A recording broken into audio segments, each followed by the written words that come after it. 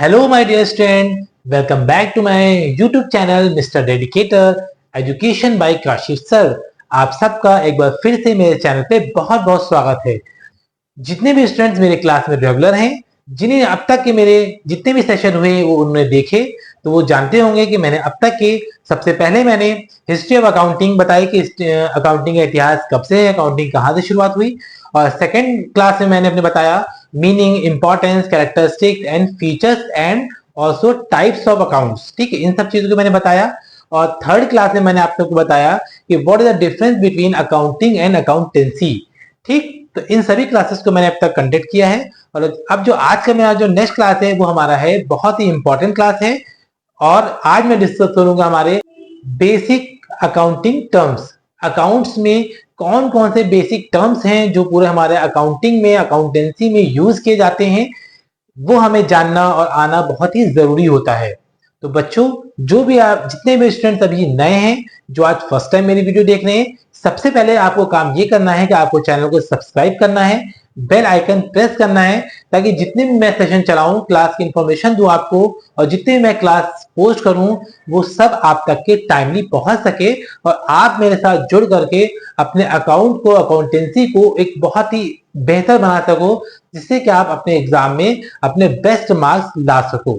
ठीक है, तो बिना देर करते हुए हम लोग स्टार्ट करते हैं आज का सेशन।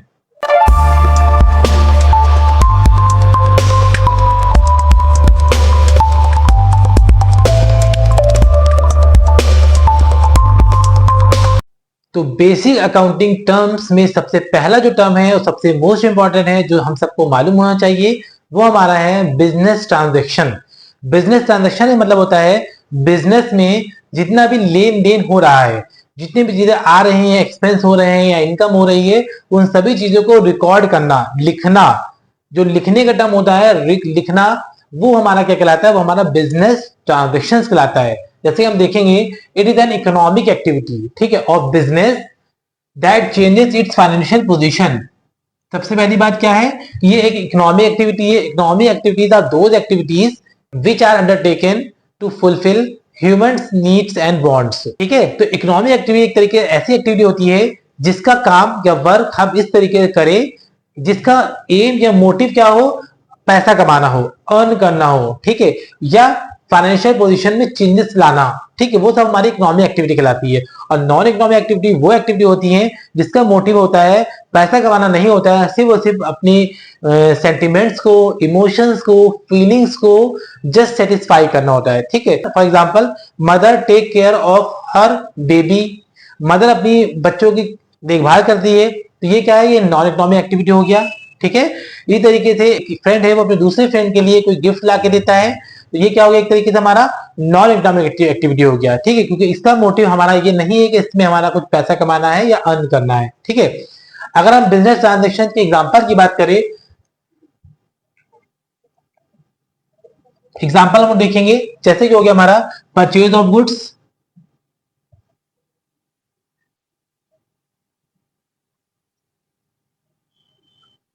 फॉर ₹10,000। ठीक है, 10,000 रुपए के अगर हमने गुड्स खरीदे, तो ये क्या हो गया? हमारा एक बिजनेस ट्रांजैक्शन हो गया। उसके अलावा सेल्स ऑफ गुड्स अगर हम करें,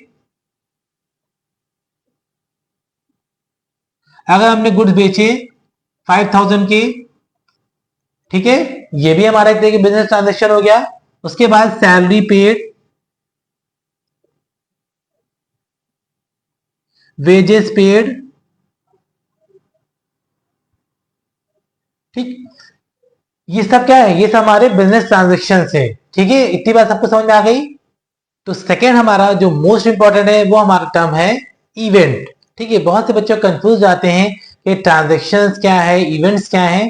तो अभी आपको जो कंफ्यूजन है वो अभी आपका दूर हो जाएगा। ठीक है, तो जैसे मैंने बताया कि ट्रांजेक्शन का मतलब क्या हो गया कि गुड्स सोल हो गया हमारा, ठीक है, और परचेज ऑफ गुड्स हो गया हमारा, ठीक, और salary paid, wages paid, rent paid, तो या कमीशन रिसीव, तो ये सब हमारे क्या है? ट्रांजेक्शन थे। लेकिन इन्हीं ट्रांजेक्शन्स को जब हम कैलकुलेट करते हैं और प्रॉफिट या लॉस निकालते हैं, तो वो क्या कहलाता है? हमारा इवेंट्स कहलाता है। चलिए देखते हैं जैसे लिखा है इवेंट में कि an event is the result और consequence of a transaction. Events क्या है हमारे, एक तरीके से हमारा रिजल्ट, काहे का रिजल्ट है, जो हमारे ट्रांजेक्शन है, उन ट्रांजेक्शन का जो रिजल्ट निकल करके आता है कि उन ट्रांजेक्शन से प्रॉफिट हुआ, लॉस हुआ, ग्रॉस प्रॉफिट हुआ या नेट प्रॉफिट हुआ या नेट लॉस हुआ, ये क्या कहलाता है, हमारा इवेंट कहलाता है। फॉर एग्जाम्पल मान लेते हैं कि हमारे ट्रांजेक्शन हुए, एक इन्वेस्टमेंट हुआ of rupees 5 lakh in the business, 5 lakh रुपए का एक इन्वेस्टमेंट हुआ, इन्वेस्ट किया हमने बिजनेस में।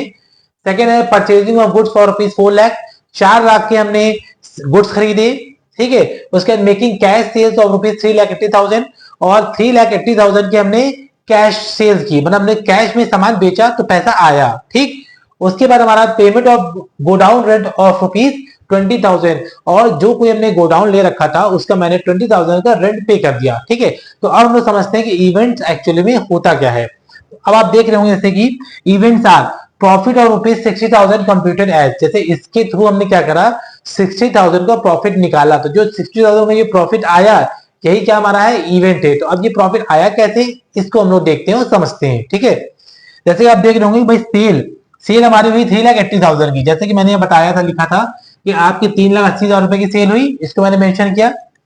उसके बाद क्वेश्चन में एक मेंशन जैसे हो सकता है कि कॉस्ट ऑफ परचेज जो थी वो 3,434 लाख की, ठीक है। जैसे 4 लाख है तो 4 लाख का क्या करना है, हमें 3,4 निकाल लेना है। 3,4 निकालें कितना आएगा हमारा, 3 लाख आ जाएगा, ठीक।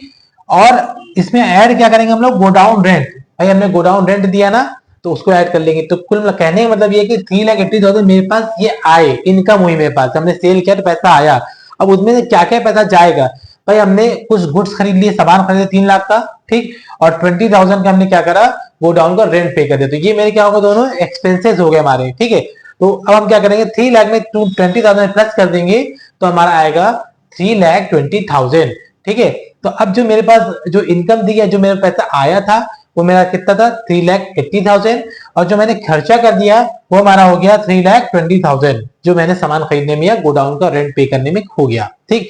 तो अब जो अमाउंट बचता है वो कितना बचा मेरे पास, 60,000, ठीक है। तो जो 60,000 बचा ये क्या है मेरा, ये मेरा एक्चुअली में प्रॉफिट है। तो इसको कैलकुलेट करने का जो प्रोसेस होता है या जो स्टेप होता है या जो तरीका होता है उसी को हम लोग क्या बोलते हैं, इवेंट्स कहा जाता है, ठीक है। तो नेक्स्ट टर्म हमारा है थर्ड नंबर का वाउचर, ठीक है। तो चलिए देखते हैं वाउचर क्या होता है। तो वाउचर बता रहा है कि वाउचर इज द डॉक्यूमेंट, एक क्या होता है वाउचर, डॉक्यूमेंट होता है, ठीक है, विच प्रोवाइड्स द ऑथराइजेशन, जो क्या प्रोवाइड करता है, ऑथराइजेशन का मतलब होता है जैसे रिसिप्ट होती है, अथॉरिटी कि हाँ मैंने आपको गुड्स दिया, सामान दिया, ठीक। तो कह रहा है provide the authorization to pay and on the basis of which the business transactions are first of all recorded in the books of account. तो वाउचर क्या होता है, इसके थ्रू क्या होता है कि इसके थ्रू जो भी बिजनेस में ट्रांजेक्शंस होते हैं उनका एक वाउचर बना के दिया जाता है, जो कि एक प्रूफ के तौर पे होता है कि हाँ ये सामान इस कंपनी से फर्म से गया और इसको आपको क्या करना है, नोट डाउन करना है। तो ये हमारा वाउचर होता है, उसी के अकॉर्डिंग आगे के जो ट्रांजेक्शंस होते हैं वो नोट किए जाते हैं और पेमेंट किया जाता है उसी के अकॉर्डिंग, ठीक है। क्लियर हो गई बात आपको। तो आगे बढ़ते हैं, फोर्थ हमारा जो टर्म है अकाउंटिंग का बहुत ही इंपॉर्टेंट है, कैपिटल, जो आपको ऑलमोस्ट बहुत सारे जर्नलिटीज में भी और हर जगह आपको सुनने को देखने को जरूर मिलेगा, ठीक है। तो कैपिटल को समझते हैं, कैपिटल क्या होता है। It refers to the amount invested by proprietor in a business enterprise. तो एक तरीके से क्या होता है, एक ऐसा अमाउंट होता है जो प्रोप्राइटर होता है, प्रोप्राइटर मतलब होता है कि जो पर्सन जो बिजनेस स्टार्ट कर रहा है, जो अपने बिजनेस में, अपने फर्म में, अपनी कंपनी में वो जितना भी अमाउंट इन्वेस्ट कर रहा है, लगा रहा है उसको चलाने के लिए, रन करने के लिए, वो क्या कहलाता है, वही हमारा कैपिटल कहलाता है, ठीक है। इतनी बात समझ में आ गई आप सबको, इतनी बात आप सबको क्लियर है। और हम देखेंगे एक फॉर्मूला होता है कैपिटल का, कैपिटल इज इक्वल टू, अगर हमको कैपिटल कभी निकालना हो तो कैसे निकालेंगे, कैपिटल इज इक्वल टू होता है हमारा एसेट्स माइनस लायबिलिटी, ठीक है। तो कैपिटल अगर कभी भी हमको मेजर करना हो या निकालना हो तो जितनी भी हमारे पास एसेट्स होंगी उसमें जब हम माइनस कर देंगे लायबिलिटी तो हमारा क्या निकल के आ जाएगा, कैपिटल निकल करके आ जाएगा, ठीक है। तो नेक्स्ट पॉइंट हमारा है, पॉइंट फिफ्थ हमारा है एसेट्स। एसेट्स भी बहुत इंपॉर्टेंट पॉइंट है। तो एसेट्स का मतलब क्या होता है कि आपकी प्रॉपर्टी, ऐसी चीजें जो आप यूज कर रहे हो जिससे कि आपका बिजनेस जो हो रहा है वो बढ़ रहा है या आपका बिजनेस रेवेन्यू जनरेट कर रहा है। तो ऐसे जितने भी सामान होते हैं, जितनी भी चीजें हैं, वो सब हमारी क्या कहलाती है? एसेट्स कहलाती है। जैसे कि आप देखेंगे, anything which is in the possession, ठीक है, कोई भी ऐसी चीज जो आपके पोजेशन में, अधिकार में हो, और in the property of a business enterprise, और बिजनेस इंटरप्राइज या फर्म या कंपनी की जो प्रॉपर्टी है, including the amount due to it from others, और उसमें हम वो भी कह सकते हैं कि जो कैश मेरे पास है वो भी हमारे एसेट्स है, या कैश अगर किसी पर्सन के पास है जिससे मुझे कैश लेना है, वो भी क्या हो गई? हमारी एसेट्स हो गई। ठीक है, इस कॉल्ड एन एसेट्स, इसी को हम लोग क्या बोलते हैं? एसेट्स कहलाते हैं। फॉर एग्जाम्पल,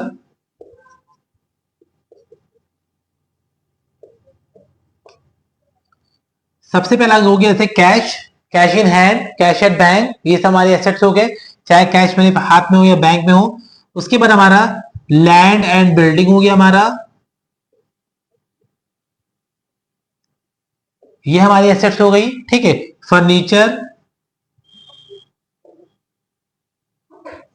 ये हमारी एसेट्स हो गई। ठीक है, व्हीकल हमारे पास कोई भी होगी जिसको हम यूज कर रहे हो अपनी फर्म या कंपनी की ग्रोथ के लिए, उसके बिजनेस में यूटिलाइजेशन कर रहे हो उसका, वो हमारी एसेट्स हो गई। ठीक है, मशीनरी हमारी हो गई एसेट्स।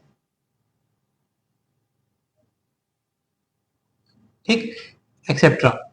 तो कुल मिला के ये जितनी भी चीजें हैं ये सब हमारी क्या हो गई? एसेट्स हो गई। ठीक है, तो आगे बढ़ते हैं और समझते हैं एसेट्स को 5 टाइप में क्लासिफाई किया गया है। तो कौन से 5 टाइप्स हैं उनको हम लोग देखते हैं। सबसे पहला जो हमारा एसेट्स का है वो हमारा है फिक्स्ड एसेट्स। सेकंड नंबर पे हमारा है करंट एसेट्स। थर्ड नंबर पे है लिक्विड एसेट्स। फोर्थ नंबर पे है वेस्टिंग एसेट्स। और फिफ्थ नंबर पे है फिक्टिशियस या नॉमिनल एसेट्स। ठीक है, तो अब इनको हम लोग वन बाय वन डिटेल में समझते हैं। तो एसेट्स में सबसे पहला जो टाइप ऑफ एसेट है वो हमारा है फिक्स्ड एसेट। ठीक है, चलिए इसको देखते हैं। Assets which are held for continued use in business for the purpose of producing goods and services and are not meant for sale। ठीक है, तो कहने मतलब यहाँ पर यही है कि ऐसे गुड्स, ऐसा सामान जिसको हम लोग कंटिन्यू यूज करें, किसमें? बिजनेस में या फर्म में, या कोई भी ऐसी चीज है जिसको हम परचेज कर रहे हो, चाहे वो हमारी एसेट्स हो जिसमें हमारी मशीनरी आ जाता है, लैंड एंड बिल्डिंग आ जाएगा हमारा, फर्नीचर एंड फिक्चर्स आ जाएगा हमारा, व्हीकल्स आ जाएंगे हमारी, मोटर कार आ जाएगी हमारी, या मशीनरी आ जाएगी। ठीक है, तो कोई भी ऐसी चीजें जिनको हम परचेज कर रहे हो, किस लिए परचेज कर रहे हो? फर्म में यूज करने के लिए, और फर्म के बिजनेस को बढ़ाने के लिए, कहीं ना कहीं वो उसका एक सोर्स है यूज का। ठीक, तो ऐसी चीजें जो होती है वो हमारी फिक्स्ड एसेट कहलाती हैं। और इनको खरीदने के पीछे का मकसद हमारा सेल करना नहीं होता है। तो जो जिनका हमारा एम सेल करना नहीं होता है, जिन गुड्स या प्रोडक्ट का, वो हमारे फिक्स्ड एसेट कहलाते हैं। फॉर एग्जाम्पल,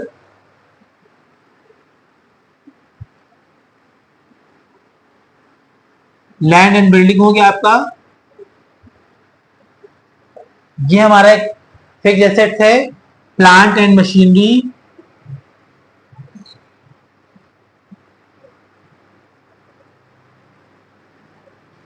ये हमारा एक फिक्स्ड एसेट है। लॉन्ग टर्म इन्वेस्टमेंट भी हमारा फिक्स्ड एसेट में आएगा।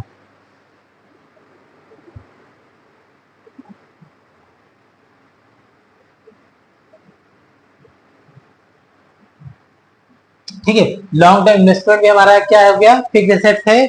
उसके अलावा हमारा व्हीकल्स हमारे हो गए, ये भी हमारा लॉन्ग टर्म इन्वेस्टमेंट में है। ठीक है,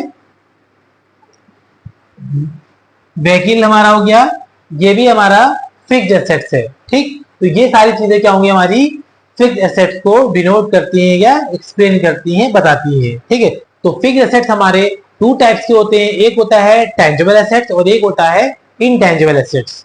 तो देखते हैं हम लोग।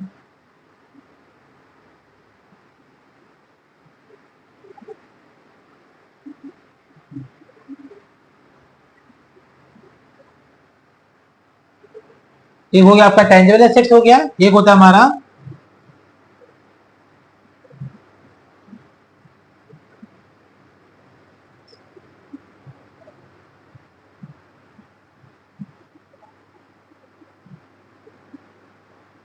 एक हो गया हमारा इंटेंजिबल एसेट्स। ठीक है, तो टेंजिबल एसेट्स क्या होते हैं और इंटेंजिबल एसेट्स क्या होते हैं, इनको हम लोग समझते हैं। तो tangible assets are those assets which can be seen and touched, ऐसी एसेट जिनको हम लोग देख सके और छू सके, महसूस कर सके, वो हमारे क्या कहलाते हैं, टेंजिबल एसेट्स कहलाते हैं। तो अगर हम टेंजिबल एसेट्स की एग्जांपल की बात करें तो उसमें क्या क्या आएगा, देख लिए हम लोग। कैश आएगा, ठीक है, लैंड एंड बिल्डिंग,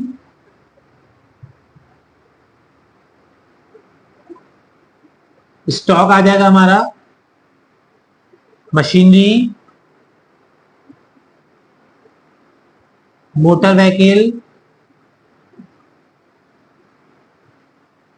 एक्सेट्रा। ठीक है, ये सारी चीजें क्या होंगी, हमारी टेंजिबल एसेट्स में आएंगी, क्योंकि इन सभी चीजों को हम देख सकते हैं, छू सकते हैं। ठीक है, और अगर हम बात करें इनटेंजिबल एसेट्स की, तो इनटेंजिबल एसेट्स में सबसे पहला जो आएगा वो हमारा गुडविल आएगा।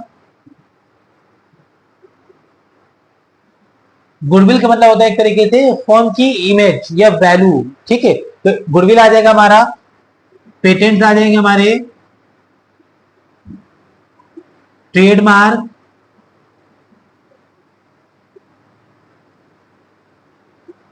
ठीक है, एक्सेट्रा। तो ये सब चीजें क्या आ जाएंगी, हमारी इनटेंजिबल एसेट्स के अंडर में आती है। ठीक है, बी पॉइंट हमारा है एसेट्स का, करंट एसेट्स। तो देखते हैं करंट एसेट्स क्या है। Current assets are those assets which are meant for sale. ठीक है, करंट एसेट्स वो एसेट्स होती हैं जिनका मतलब होता है कि उनको या तो सेल करना है, और which the management would want to convert into cash within 1 year, या ऐसी एसेट्स जिनका एम हो मैनेजमेंट के लिए कि मैनेजमेंट उनको 1 साल के अंदर अंदर कैश में कन्वर्ट कर देगा, मतलब उसको बेच देगा जिससे कैश आ जाएगा, या कैश में कन्वर्ट कर देगा। ठीक है, तो अगर इस तरह की कोई भी एसेट्स होती हैं तो वो हमारी करंट एसेट्स की कैटेगरी में जाती हैं। फॉर एग्जांपल कैश हो गया, कैश खुद एक तरीके से हमारा क्या है, करंट एसेट्स है। दूसरा हमारा है डेटर्स। डेटर्स वो पर्सन होते हैं जो हमसे क्रेडिट पे सामान लेते हैं। अगर किसी पर्सन ने मुझसे क्रेडिट पे सामान लिया तो इसका मतलब क्या है कि वो मुझे पैसे देगा, तो वो मेरा अमाउंट है, मेरा कैश है, तो वो जो टाइम होगा या जब मैं चाहूंगा तो मैं उससे अपना पैसा ले सकता हूं। तो एक तरीके से क्या हो गया, मेरा करंट एसेट्स हो गया। डेटर्स क्या होते हैं, हमारे करंट एसेट्स होते हैं। ठीक है, उसके अलावा बिल्स रिसीवेबल, या कोई अगर बिल्स मुझे मिलने वाला है या मिलेगा तो वो भी हमारा क्या हो गया, करंट एसेट्स की कैटेगरी में आ जाता है। कोई भी ऐसी चीजें जिनको हम लोग विद इन ईयर 1 साल के अंदर कैश में कन्वर्ट कर सके, वो हमारे करंट एसेट्स कहलाते हैं। ठीक, उसके बाद हमारा नेक्स्ट हमारा है C point, liquid assets. Liquid assets को समझ लेते हैं। Liquid assets are those assets which are either in the form of cash. Liquid assets वो एसेट्स होती हैं कि जो या तो कैश के फॉर्म में ही हो, या can be quickly converted into cash, या जिनको बहुत ही तेजी से कैश में कन्वर्ट कर लिया जाए। जैसे करंट एसेट्स का टाइम दिया जाता है कि विद इन ईयर 1 साल के अंदर अंदर, तो इसका जो टाइम होता है वो शॉर्ट टर्म होता है कि with in 3 month, 6 month, 4 month, 5 month, और जितनी जल्द से जल्द हो सके वो हमारे लिक्विड एसेट्स जो होते हैं वो कहलाते हैं। ठीक है, जैसे कि हमारा कैश, ऑटोमेटिकली कैश खुद ही हो जाएगा एक। बिल्स रिसीवेबल, जल्द से जल्द हम अपने बिल्स को कैश में कन्वर्ट कर सकते हैं। शॉर्ट टर्म इन्वेस्टमेंट, बहुत ही शॉर्ट टर्म के हमने कहीं पैसा इन्वेस्ट के लगाया और उसको मैंने ले लिया जब मुझे जरूरत पड़ी, तो शॉर्ट टर्म इन्वेस्टमेंट हो गया। और डेटा हो गया हमारे, ये क्या होगा, हमारे लिक्विड एसेट्स कहलाते हैं। ठीक है, आगे बढ़ते हैं। नेक्स्ट हमारा है वेस्टिंग एसेट्स। बहुत ही इंपॉर्टेंट है और बहुत ही बच्चों को इसमें कंफ्यूजन भी होती है। ठीक है, क्या है देखते हैं।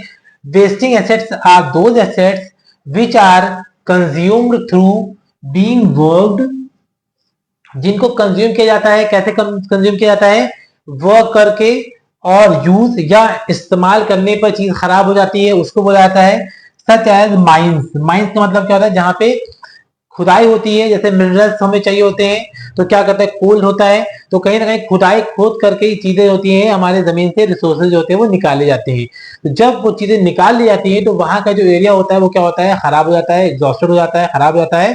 तो ऐसी चीजें, ऐसी एसेट्स को हम लोग क्या बोलते हैं, वेस्टिंग एसेट्स कहा जाता है। जैसे लिखा है as soon as all minerals have been extracted, जैसे ही जितने मिनरल्स सारे एक्सट्रैक्ट कर लिए गए, निकाल लिए गए, द माइंस बिकम वैल्यूलेस, तो जो माइंस थी वो क्या हो गई, वैल्यूलेस हो गई, मतलब उसकी अब कोई कीमत नहीं बची, तो वो मेरी क्या हो गई, उसी को बोलते हैं हम लोग वेस्टिंग एसेट्स। और जैसे कि हमारा पेटेंट्स हो गए, ट्रेडमार्क्स हो गए, हमारे लीज होल्ड प्रॉपर्टीज हो गई, तो इनकी भी क्या होते हैं, ये भी हमारे लैप्स ऑफ टाइम, एक टाइम के लिए हमारे पेटेंट्स होते हैं, ट्रेडमार्क होते हैं और लीज होल्ड प्रॉपर्टी होती है। जब इनका टाइम ड्यूरेशन खत्म हो जाता है तो इनकी वैल्यू भी क्या होती है, जीरो हो जाती है या वैल्यूलेस हो जाती है। तो ऐसी एसेट्स क्या कहलाती है, हमारी वेस्टिंग एसेट्स कहलाती है। Is that clear all of you?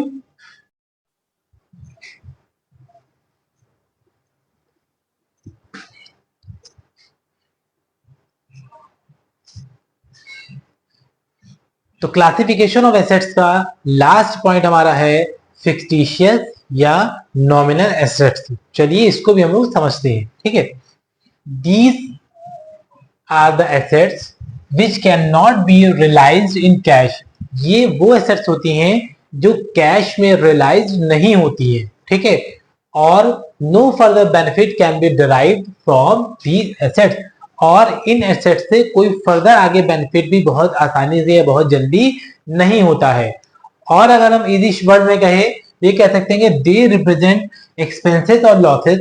ये क्या करते हैं, एक्सपेंसेस और लॉसेस को रिप्रेजेंट करते हैं। That can not B immediately return of, जिनको बहुत ही जल्दी और शॉर्ट टर्म में ये रिटर्न ऑफ नहीं होती, खत्म नहीं होती हैं, but are gradually amortized over time. लेकिन टाइमली क्या होती है, अमोर्टाइज या डेप्रिसिएशन इन पे लगता रहता है इन एसेट्स पे, ठीक है। जैसे फॉर एग्जांपल प्रिलिमिनरी एक्सपेंसेस या प्राइमरी एक्सपेंसेस को हम बोल सकते हैं कि जब कभी भी कोई कंपनी स्टार्ट करने जा रही होती है, स्टार्टअप पे होती है, तो उससे पहले जो खर्चे आते हैं, जैसे कि लीगल फीस हो गया, रजिस्ट्रेशन फीस हो गया, ठीक है, या एडिशनल कोई कॉस्ट आ गई हमारी, ठीक, या प्रमोशनल कॉस्ट आ गई, तो ये सारी हमारी प्रिलिमिनरी एक्सपेंसेस में आते हैं, ठीक। डिस्काउंट और issue of share, in case हम अपने शेयर को इश्यू कर रहे हैं तो उसमें अगर हमें डिस्काउंट देना पड़ रहा है तो वो क्या है, कंपनी या फर्म के लिए लॉस होता है, इसको भी हम लोग इसी मेंशन करते हैं। Loss on issue of debentures, debentures को अगर हम इश्यू कर रहे हैं उस पर हमें लॉस हुआ, तो ये सारी चीजें क्या है, ये हमारी फिक्टिशियस या नॉमिनल एसेट्स की कैटेगरी में आती है, ठीक है। तो ये कुल मिलाकर के 5 हमारी थी एसेट्स के टाइप। जो सबसे पहला था हमारा फिक्स्ड एसेट, जो 2 टाइप्स के थे हमारे, एक था हमारा टेंजिबल एसेट और एक था हमारा इनटेंजिबल एसेट। सेकंड नंबर पे था हमारा करंट एसेट, जिसको मैंने बताया कि जिसमें क्या होता है, कैश जो होता है विद इन ईयर, एक साल के अंदर अंदर हम लोग क्या करते हैं, किसी भी एसेट्स को कैश में कन्वर्ट कर लेते हैं, ठीक। थर्ड था हमारा लिक्विड एसेट्स। लिक्विड एसेट्स वो एसेट्स कहलाते हैं जिनको हम लोग क्या करते हैं, बहुत ही शॉर्ट टर्म में हम लोग क्या करते हैं उसको, या शॉर्ट टाइम में हम लोग उसको कैश में कन्वर्ट करते हैं। जैसे कि 4 नंबर पे हमने पढ़ा एसेट्स है उनको विद इन एक साल के अंदर अंदर किया जाता है। इसको क्या कहता है, इसको और शॉर्ट टर्म में कन्वर्ट किया जाता है, जैसे कि विद इन 2 मंथ, 3 मंथ, 4 मंथ या within week. Wasting assets, wasting assets वो एसेट्स कहलाती हैं जो हमारी ऐसे एसेट जो, जैसे कि हमने माइंस खुदाई करी, खुदाई से हमने जो इंपॉर्टेंट जो उसके मिनरल्स थे वो हमने निकाल लिए, अब जो बची हुई हमारी माइन थी वो क्या हो गई, हमारी वैल्यूलेस हो गई, बेकार हो गई, उसका कोई काम नहीं रह गया। जैसे कि हमारा पेटेंट होते हैं वो हमारे कम से कम 20 साल के लिए होते हैं। लीज और प्रॉपर्टी हो गई हमारी, तो इनका जब टाइम ड्यूरेशन खत्म हो जाता है तो ये भी क्या होते हैं, हमारे एक तरीके से वेस्ट हो जाते हैं। तो ये हमारा वेस्टिंग एसेट्स था, ठीक। और 5th नंबर का जो हमने पढ़ा वो हमारा फिक्टिशियस एसेट था, ठीक है। तो ये सारे हमारे 5 टाइप के एसेट्स थे, ठीक है। हम लोग आगे बढ़ते हैं। तो बेसिक अकाउंटिंग टर्म का 6th नंबर का टर्म हमारा है लायबिलिटी। बहुत ही इंपॉर्टेंट टर्म है जो आपको अकाउंटिंग में और आपकी बुक में आपको हर जगह और कई जगह आपको देखने को जरूर मिलेगा। तो चलिए समझते हैं लायबिलिटी क्या होती है, ठीक है। तो it refers to the amount which the firm owes, ठीक है।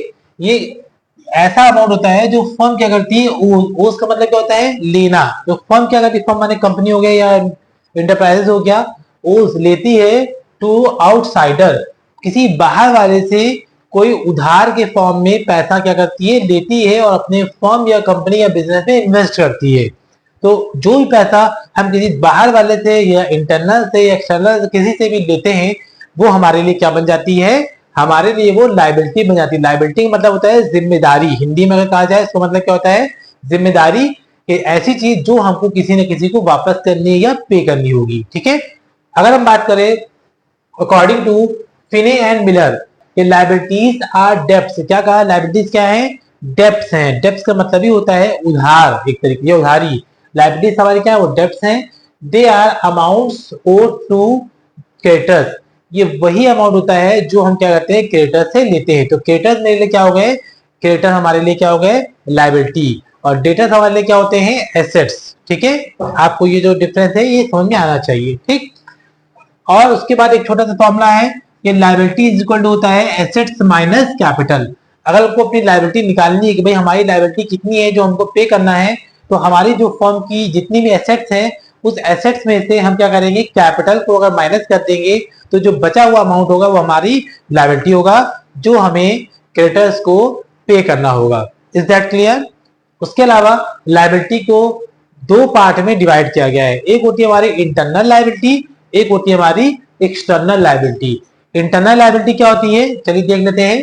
इंटरनल लायबिलिटी में all amount which business entity, business entity मतलब होता है बिजनेस फर्म या ओनर जो भी होगा, हैज टू पे टू द प्रोप्राइटर और ओनर। ठीक है, तो ऐसा जो भी अमाउंट जो प्रोप्राइटर या ओनर को क्या करना हो, पे करना हो, ठीक है, वो क्या कहता है, हमारी इंटरनल लायबिलिटी होती है। एग्जांपल कैपिटल हो गया है, अक्यूमुलेटेड प्रॉफिट हो गया। तो कैपिटल क्या होता है, बिजनेस फर्म को देना होता है, जो मेंबर होते हैं या जो ओनर होता है देना होता है उसको, तो वो हमारा क्या हो गया, इंटरनल लायबिलिटी हो गया। और एक्सटर्नल लायबिलिटी हमारी वो लायबिलिटी कहलाती है ऐसा अमाउंट जो हमें किसी आउटसाइडर को, बाहर वाले पर्सन को देना हो।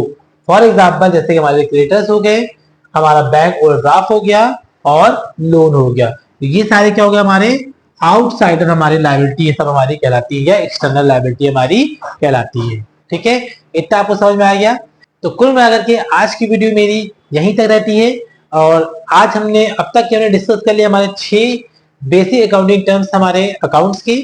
आगे के जो टर्म्स हैं उनको हम लोग अपने नेक्स्ट वीडियो में कवर करेंगे। तो उम्मीद करते हैं कि आपको जितना मैंने समझाया आपको समझ में आया होगा। अगर आपको कहीं पर भी कोई भी अगर डाउट हो तो आप मुझे कमेंट करके आप मुझसे पूछ सकते हो, मैं आपका डाउट्स होंगे वो क्लियर कर दूंगा। ठीक, और जितने भी स्टूडेंट अभी नए हैं मेरे चैनल को फर्स्ट टाइम देख रहे हैं, वो प्लीज आप मेरे सब चैनल को सब्सक्राइब करें, तो अपनी सभी फ्रेंड्स को शेयर करें, ताकि इस तरह की जितनी मैं वीडियोस शेयर कर रहा हूँ आप तक के टाइमली पहुंच सके। तो चलिए मिलते हैं अपने हम अगले नेक्स्ट पार्ट पे। Thank you and keep watching.